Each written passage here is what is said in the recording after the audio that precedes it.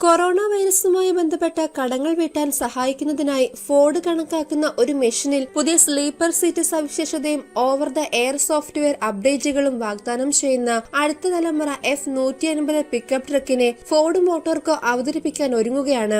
American ഐക്യനാടുകളിൽ ഏറ്റവും കൂടുതൽ വിറ്റഴിക്കപ്പെടുന്ന വാഹന ലൈനിന്റെ ഭാഗമായ പുതിയ F-150 വാർഷിക വരുമാനത്തിൽ $50 ബില്യൺ നേടുന്നു. ഫോർഡിന്റെ വാർഷിക ലാഭത്തിന്റെ ഗണ്യമായ ഒരു പങ്ക് ഈ മോഡൽ വഹിക്കുന്നു. ടെസ്ലയും ജനറൽ മോട്ടോഴ്സും ഓവർ ദ എയർ സോഫ്റ്റ്വെയർ അപ്ഗ്രേഡുകളിലും ഹൈസ്പീഡ് ഇൻ വെഹിക്കിൾ ഡാറ്റ നെറ്റ്വർക്കുകളിലും വേഗത്തിൽ മുന്നേറുമ്പോൾ പുതിയ F-150 അത്തരം സാങ്കേതിക വിദ്യയെ മുഖ്യധാരയിലേക്ക് കൊണ്ടുവരും. ഈ വർഷാവസാനം ലോഞ്ച് ചെയ്യുമെന്ന് പ്രതീക്ഷിക്കുന്ന പുതിയ ട്രക്ക് $5 ബില്യൺ വാറന്റി ചെലവ് കുറയ്ക്കാനും വാഹന കണക്ടിവിറ്റിയിലേക്ക് ഫോർഡിന്റെ മുന്നേറ്റം വേഗത്തിലാക്കാനും US വാഹന നിർമ്മാതാക്കളുടെ ഇതിനകം തന്നെ ശക്തമായ സ്ഥാനത്ത് എത്തിക്കാനുമുള്ള ചീഫ് ഓപ്പറേറ്റിംഗ് ഓഫീസർ ജിം ഫാർലിയുടെ പദ്ധതിയുടെ നിർണായക ഭാഗമാണ് F-150. കൊറോണ വൈറസ് മഹാമാരി കാരണം ഉണ്ടായ സാമ്പത്തിക ഞെരുക്കത്തിൽ നിന്ന് രക്ഷ നേടാൻ ഫോർഡ് $20 ബില്യൺ വായ്പയെടുത്തു. പുതിയ F-150 നിന്നുള്ള ലാഭം ആ പണം തിരികെ നൽകുന്നതിനുള്ള പ്രധാന ഘടകമായിരിക്കും.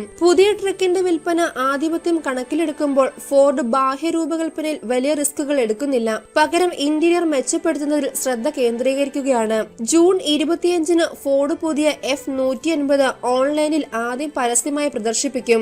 ഇത് ശരിക്കും സാങ്കേതിക വിദ്യയെയും ഉൽപാദനക്ഷമതയെയും പറ്റിയാണ് എന്ന് ജൂൺ 10 നടന്ന ഡച്ച് ബാങ്ക് സമ്മേളനത്തിൽ ഫാർലി പറഞ്ഞു. ഫിയറ്റ് ക്രൈസ്ലർ ഓട്ടോമൊബൈൽസ് എൻവിയുടെ പുതിയ റാം ട്രക്കിന് സമാനമായ തരത്തിലാണ് ഫോർഡ് F-150 ഇന്റീരിയർ ക്രമീകരിച്ചിരിക്കുന്നത്. F-150 പുതിയ ഇലക്ട്രിക്കൽ ആർക്കിടെക്ചർ വാഹനത്തെ നിയന്ത്രിക്കുന്ന പ്രധാന മോഡ്യൂളുകളിലേക്ക് ഓവർ ദ എയർ അപ്ഡേറ്റുകൾ നൽകാൻ ഫോർഡിനെ അനുവദിക്കുകയും ഡീലർഷിപ്പുകളിലേക്കുള്ള യാത്രകൾ ഒഴിവാക്കുകയും ചെയ്യും. പുതിയ ട്രക്കിന്റെ കണക്ടിവിറ്റി വാണിജ്യ ഉപഭോക്താക്കളിലേക്കുള്ള വിൽപ്പന വർദ്ധിക്കാനും വാറന്റി ചെലവ് കുറയ്ക്കാനും ഫോർഡിനെ സഹായിക്കുമെന്ന് ഫാർലി നിക്ഷേപകരോട് വ്യക്തമാക്കി.